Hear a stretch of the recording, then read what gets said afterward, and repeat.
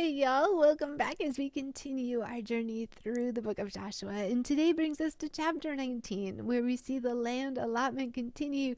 The prophecy is continuing to be fulfilled. The prophecy that started all the way back in Genesis is now coming to fruition, and the land allotment continues as the tribes are receiving their inheritance from God, the promised land of God.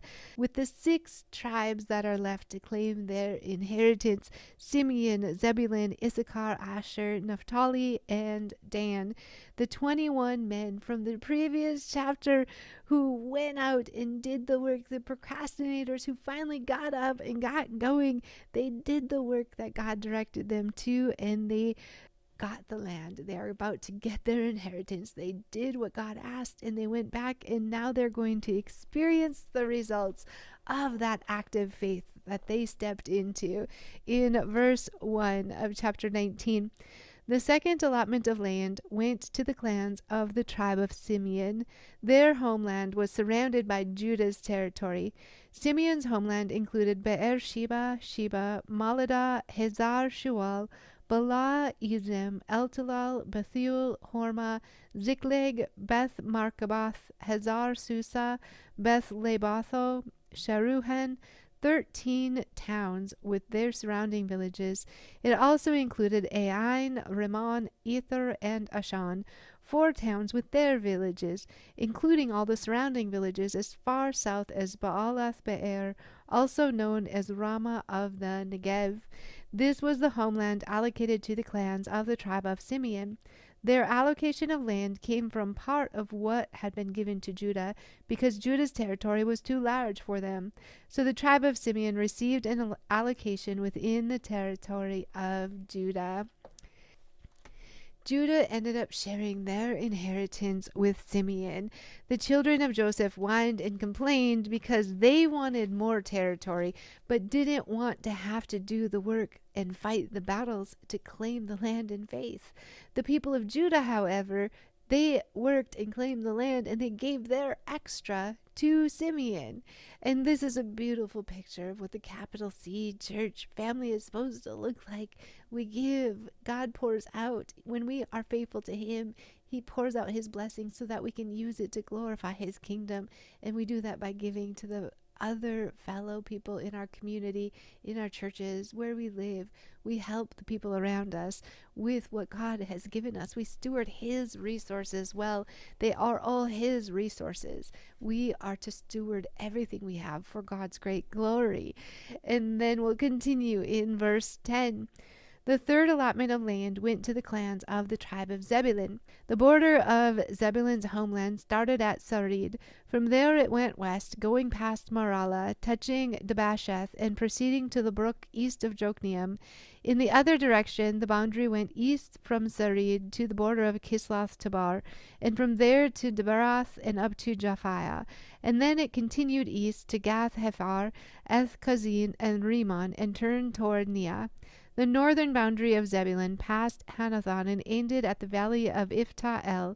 The towns in these areas included Katah, Nahala, Shimron, Adalah, and Bethlehem, 12 towns with their surrounding villages. The homeland allocated to the clans of the tribe of Zebulun included these towns and their surrounding villages. The fourth allotment of land went to the clans of the tribe of Issachar.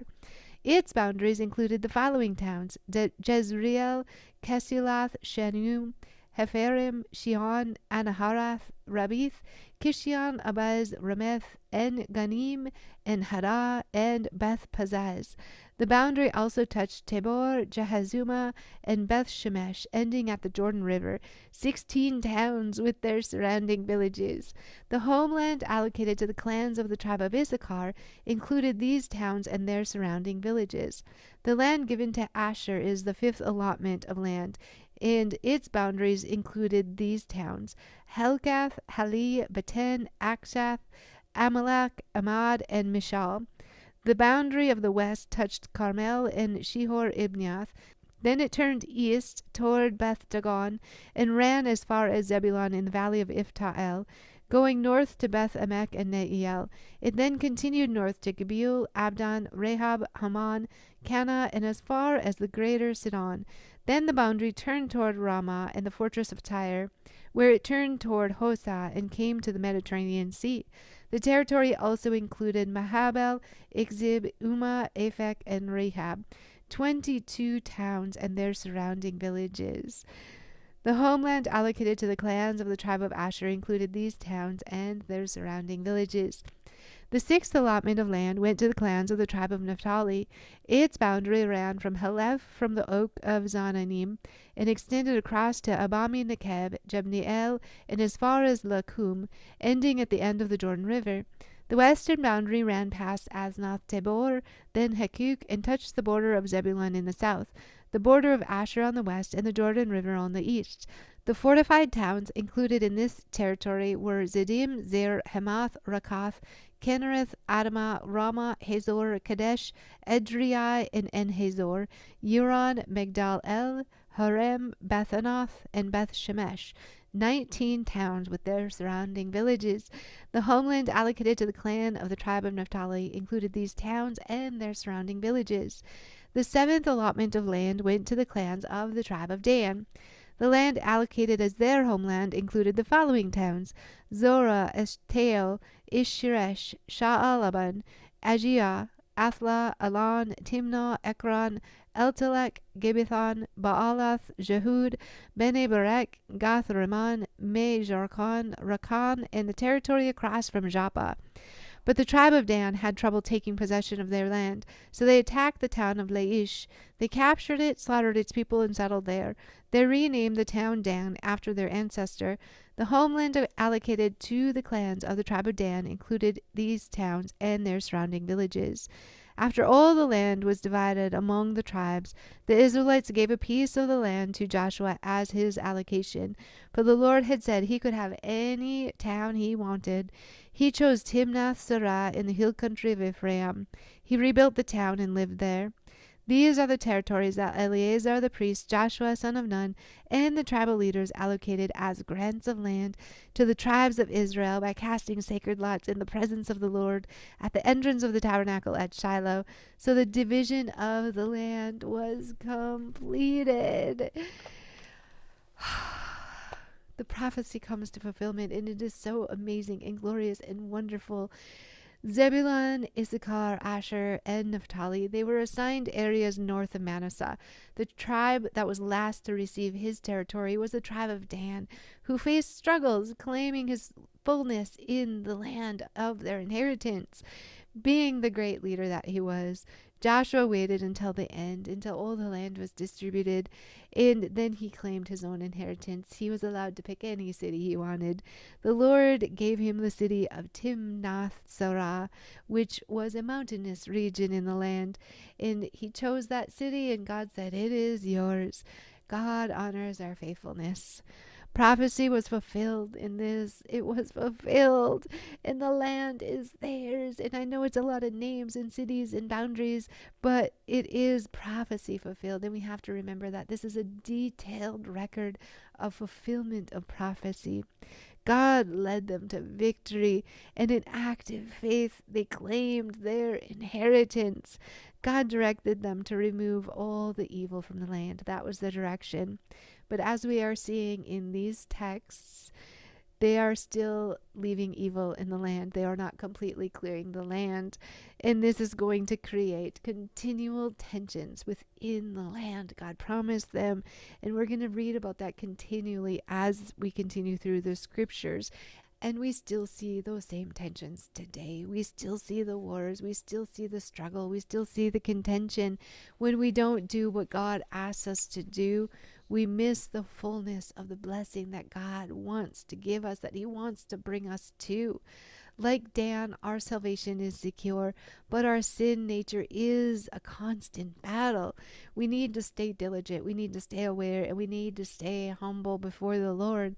He will fight our battles, and he will help us conquer, leading us to his victory if we trust him enough to let him do it. If we trust him enough to follow his lead, we need to continually fight against the sin nature within us by focusing on faith in God, and resist the temptations around us and maintain the victory in the areas God has given us by focusing our attention on the faith of God, spending time in His Word, worshiping, focusing on Him and who He is, praying continually, basking in His presence, enjoying Him every moment of our lives. We keep moving forward. We keep growing in Him. We keep diving into deeper waters. We keep pursuing His holiness. We keep asking for more of His presence, for more of His direction. We keep asking for Him to lead us and follow Him in every step. We don't go back. We keep claiming more and more ground for Jesus, and we trust Him in the victorious battle because He is victorious and His battle has all victory. Jesus is returning. Prophecy is still unfolding and being fulfilled, and we need to keep walking forward in active faith every single day He gives us on this temporary earth, claiming more and more lives for Him and His eternal kingdom. Wherever God leads us to, the commander of the Lord's army is with us. Even in unknown territories, He is there. We trust Him. We continue forward faithfully with confident, full faith, completely entrusted in Him, knowing He is good, knowing He loves us, knowing He does not fail, and knowing that His promises are true. He's got us. Pursue Him with all of your guts passionately and watch where He takes you. Go where He leads you and trust Him wholeheartedly with everything you have, all your guts, every single day, with every breath we have. I hope you're all having a most glorious day in the Lord.